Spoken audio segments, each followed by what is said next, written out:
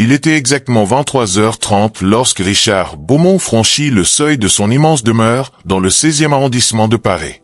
Épuisé par une énième réunion qui s'était éternisée jusqu'à une heure tardive, ce magnate de l'immobilier rêvait simplement de rejoindre son lit. Mais en traversant le hall d'entrée au mur orné de tableaux de maître, un bruit étrange attira son attention. Un grattement, puis un gémissement étouffé provenant de la cuisine. Richard fronça les sourcils. À cette heure, tout le personnel était censé avoir quitté les lieux depuis longtemps. Sa femme, Isabelle, était partie depuis 3 jours pour un séminaire de bien-être à Deauville, comme elle le faisait régulièrement. Et sa fille Sophie, 15 ans, devait dormir depuis des heures. Intrigué et vaguement inquiet, il se dirigea vers la source du bruit, ses chaussures italiennes résonnant sur le marbre froid. Ce qu'il découvrit en poussant la porte de la cuisine le figea sur place. Sa fille, sa petite Sophie avec ses longs cheveux châtains emmêlés et son pyjama trop grand, était accroupie devant la gamelle de Max, leur Golden Retriever. Et elle mangeait. Elle mangeait les croquettes du chien.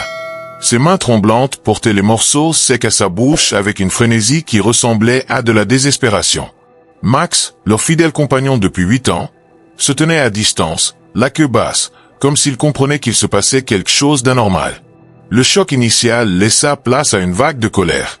Richard sentit son visage s'empourprer. Comment sa fille, qui vivait dans une maison de 800 mètres carrés, qui avait tout ce qu'elle pouvait désirer, pouvait-elle en arriver à manger la nourriture du chien? Était-ce une provocation?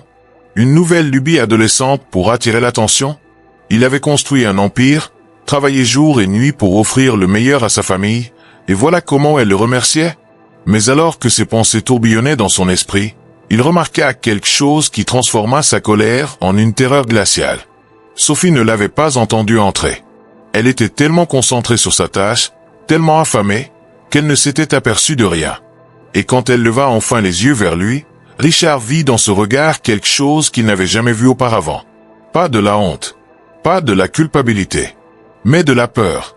Une peur viscérale, animale, comme celle d'un enfant qui craint d'être privé de son dernier morceau de pain. « Sophie, dit-il doucement, sa voix à peine audible. Qu'est-ce que tu fais ?» Sa fille se redressa brusquement, laissant tomber les croquettes qu'elle tenait. Des larmes commencèrent à couler sur ses joues creuses. Oui, creuses. Comment n'avait-il pas remarqué à quel point elle avait maigri? Les clavicules saillantes, les poignets si fins qu'ils semblaient pouvoir se briser au moindre contact, les cernes profonds sous ses yeux. « Papa, murmura-t-elle, la voix brisée. Je suis désolé. J'avais tellement faim. » Richard s'approcha lentement, comme on approcherait un oiseau blessé. « Mais tu as faim. Il y a tout ce que tu veux dans le réfrigérateur, dans les placards.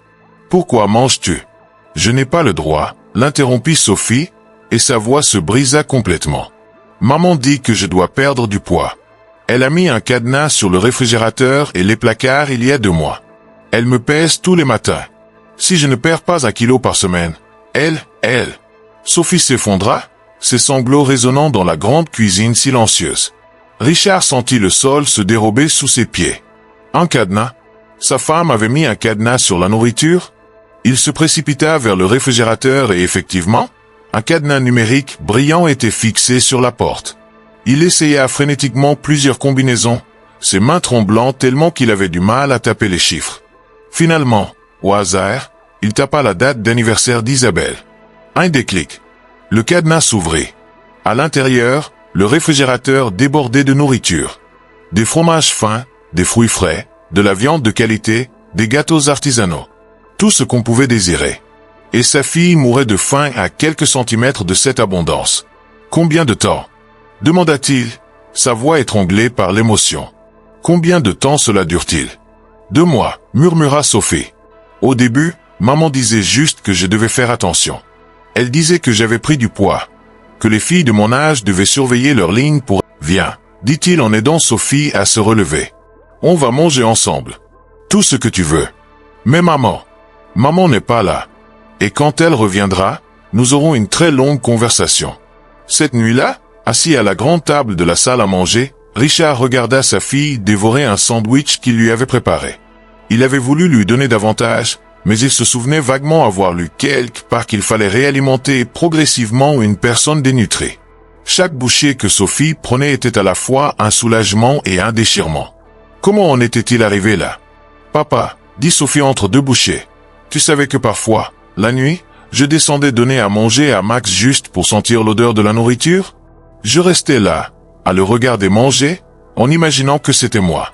Et puis un soir, il y a 3 semaines, j'étais tellement affamé, tellement désespéré, que j'ai goûté. Juste une croquette. Et puis une autre. C'était horrible, mais c'était de la nourriture. Ça remplissait mon ventre. Ça faisait taire la douleur. Richard ferma les yeux, incapable de retenir ses larmes. Lui qui pensait être un bon père parce qu'il payait les meilleures écoles, les plus beaux vêtements, les vacances de luxe. Mais il avait oublié l'essentiel. Être présent. Voir. Écouter vraiment. Je vais appeler le docteur Moreau demain à la première heure, dit-il. Et nous allons tout changer. Plus jamais. Tu m'entends? Plus jamais tu n'auras faim. Plus jamais. Et maman? Richard serra la mâchoire. Ta mère et moi allons avoir une discussion très sérieuse. Ce qu'elle a fait, c'est de la maltraitance. Sophie. Tu comprends ça? Ce n'est pas normal. Ce n'est pas de l'éducation. C'est de la cruauté. Mais elle disait qu'elle le faisait pour mon bien. Elle disait que le monde est difficile pour les filles qui ne sont pas belles, que je devais apprendre maintenant avant qu'il ne soit trop tard. Elle disait qu'elle m'aimait et que c'était pour ça qu'elle était stricte. L'amour ne fait pas souffrir, répondit Richard. L'amour ne fait pas mourir de faim. L'amour ne pousse pas quelqu'un à manger la nourriture du chien pour survivre. Les jours suivants furent un tourbillon. Le docteur Moreau, médecin de famille depuis des années, fut horrifié par l'état de Sophie. Dénutrition sévère, troubles du métabolisme, début d'ostéoporose précoce causée par le manque de calcium. Il recommanda une hospitalisation immédiate, mais Sophie refusa, paniquée à l'idée de quitter la maison. Richard négocia un suivi médical strict à domicile avec une nutritionniste. Isabelle revint de son séminaire le surlendemain. Richard l'attendait dans le salon, tous les cadenas qu'il avait retirés des placards et du réfrigérateur posés sur la table basse devant lui. Sa femme entra, bronzée, détendue, radieuse. « Richard, mon chéri, ce séminaire était absolument... » Elle s'interrompit en voyant son expression. « Qu'est-ce qui se passe? Assieds-toi, Isabelle. Nous devons parler. » Ce qui suivit fut l'une des conversations les plus difficiles de sa vie. Isabelle nia d'abord, puis minimisa, puis se justifia. Elle parla de la pression sociale, des standards de beauté, de son propre vécu.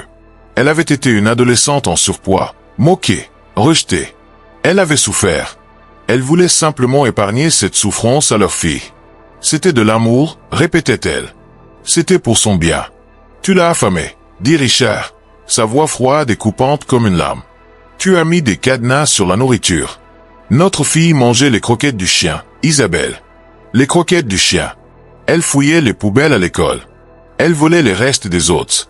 Tu comprends ce que tu as fait? Isabelle pâlit. J'ai peut-être été un peu trop stricte, mais... Un peu. Le médecin parle de séquelles permanentes. Il parle de troubles alimentaires qui pourraient la hanter toute sa vie. Il parle de dommages psychologiques profonds. Le silence qui suivit fut pesant, chargé de tous les non-dits, de toutes les absences, de tous les aveuglements. Richard comprit alors qu'Isabelle elle-même était malade. Que ses propres blessures non guéries l'avaient transformé en bourreau de sa propre fille. Mais comprendre n'était pas excuser. « Tu vas partir, dit-il. Pas pour toujours, peut-être. Mais pour l'instant, tu vas partir. Tu vas trouver un appartement. Tu vas consulter un thérapeute. Et tu ne reverras Sophie que quand le médecin jugera que c'est approprié. Et seulement si elle le souhaite. » Isabelle voulut protester, menacer, pleurer. Mais quelque chose dans le regard de Richard l'arrêta. Elle réalisa peut-être enfin la gravité de ce qu'elle avait fait. Ou peut-être avait-elle simplement peur des conséquences légales si tout cela devenait public. Richard s'en fichait. Seule Sophie comptait maintenant. Les semaines qui suivirent furent une période de reconstruction. Richard réorganisa complètement son emploi du temps. Il annula des réunions, délégua davantage, apprit à dire non. Chaque matin, il prenait le petit déjeuner avec Sophie. Chaque soir, ils dînaient ensemble. Il découvrit une fille brillante, sensible, passionnée de littérature et de photographie. Une fille qu'il connaissait à peine malgré 15 années de vie commune. La nutritionniste établit un plan de réalimentation progressif. Sophie reprenait du poids, lentement mais sûrement. Mais les cicatrices psychologiques étaient plus difficiles à guérir. Elle avait développé une relation complexe avec la nourriture. Parfois, elle mangeait avec appétit. D'autres fois, la culpabilité la paralysait. La voix de sa mère résonnait encore dans sa tête. Une thérapeute spécialisée dans les troubles alimentaires commença à suivre Sophie. Les séances étaient difficiles, éprouvantes. Sophie devait affronter non seulement le traumatisme de ses 2 mois d'affamement, mais aussi des années de commentaires, de remarques, de pressions subtiles. Richard assista à certaines séances, à la demande de la thérapeute. Il dut faire face à sa propre responsabilité. Son absence, son indifférence, sa complaisance. Il avait été complice par passivité. Il avait failli à son devoir le plus fondamental, protéger son enfant. Un soir, 6 mois après cette nuit terrible, Sophie et Richard étaient assis dans le jardin. Max dormait aux pieds de Sophie, qui caressait distraitement sa fourrure dorée. Le chien était devenu son ombre, comme s'il avait compris qu'elle avait besoin de sa présence bienveillante. « Papa, » dit Sophie, « tu sais ce qui est bizarre ? » « Quoi donc ? Pendant longtemps, j'en ai voulu à maman. Je la détestais pour ce qu'elle m'avait fait. Mais maintenant, je commence à comprendre qu'elle aussi souffrait. Que personne ne devient aussi cruel sans avoir été blessé profondément. Ça n'excuse rien, mais je pense que je pourrais peut-être lui pardonner un jour. Pas aujourd'hui, pas demain, mais un jour. » Richard regarda sa fille avec admiration. À 15 ans, après tout ce qu'elle avait enduré, elle trouvait la force de parler de pardon. Elle était plus forte, plus sage que lui ne le serait jamais. « Et moi ?» demanda-t-il doucement. « Tu me pardonnes ? De quoi ? De n'avoir pas vu. De n'avoir pas été là. » Sophie se tourna vers lui, ses yeux brillants de larmes. « Papa, tu es là maintenant. C'est ça qui compte. Tu aurais pu continuer à ne rien voir, à faire comme si de rien n'était. Mais tu as choisi de voir. Tu as choisi de changer. C'est rare, tu sais, un adulte qui accepte d'admettre ses erreurs et de vraiment changer. » Ils restèrent ainsi un long moment, père et fille, dans le silence apaisant du jardin. Richard pensa à toutes ces années perdues, à toutes ces conversations qu'il n'avait jamais eues, à tous ces moments qu'il avait manqués en poursuivant une définition erronée du succès. Il avait construit un empire, accumulé une fortune, conquis le respect du monde des affaires. Mais il avait failli perdre ce qu'il avait de plus précieux. Sa fille. Sa propre humanité. Cette nuit-là, en rentrant se coucher, Richard passa devant la chambre de Sophie. La porte était entr'ouverte et il put la voir. Endormi paisiblement, Max couchait à côté de son lit. Sur sa table de nuit, il aperçut un carnet ouvert. Par curiosité, il s'approcha et lut quelques lignes de ce qui semblait être un journal intime. « Aujourd'hui, papa m'a demandé ce que je voulais faire quand je serai grande. C'est la première fois qu'il me pose cette question. La première fois qu'il semble vraiment intéressé par la réponse. J'ai dit que je ne savais pas encore. Mais dans ma tête, je me suis dit que je voulais aider les autres. Peut-être devenir psychologue ou travailler dans une association. Je veux que mon histoire serve à quelque chose. Je veux que ma souffrance ne soit pas vaine.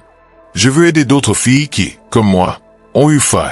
Pas seulement de nourriture, mais d'amour, d'attention, de validation. » Richard sentit les larmes couler sur ses joues. Il retourna dans sa chambre, s'assit sur le bord de son lit, et pour la première fois depuis des décennies, il pria. Pas à un Dieu en particulier, juste à l'univers, à la vie, à tout ce qui pouvait l'entendre. Il remercia d'être rentré plus tôt ce soir-là. Il remercia d'avoir eu cette seconde chance. Il promit de ne jamais la gaspiller. Les mois devinrent des années. Sophie guérit, lentement mais sûrement. Les cicatrices restèrent, mais elle apprit à vivre avec. Elle développa une résilience remarquable, une empathie profonde pour la souffrance des autres. Elle devint porte-parole d'une association de lutte contre les troubles alimentaires, partageant son histoire pour aider d'autres adolescents. Isabelle aussi entreprit un long travail thérapeutique. Elle reconnut finalement la gravité de ses actes, la toxicité de son comportement. La relation mère-fille resta compliquée, fragile, mais elle se reconstruisit petit à petit, sur des bases nouvelles, plus saines. Et Richard apprit qu'être riche ne signifie rien si l'on est pauvre en présence, en attention, en amour. Il apprit que le succès véritable ne se mesure pas en chiffre d'affaires ou en trophées, mais en moments partagés, en liens préservés, en êtres aimés qui se sentent vus, entendus, valorisés. 5 ans après cette nuit terrible, lors d'un dîner de famille, Sophie leva son verre et porta un toast. « Ah papa, dit-elle, Qui a eu le courage de voir ce que personne ne voulait voir? Qui a eu le courage de changer? Et qui m'a sauvé la vie?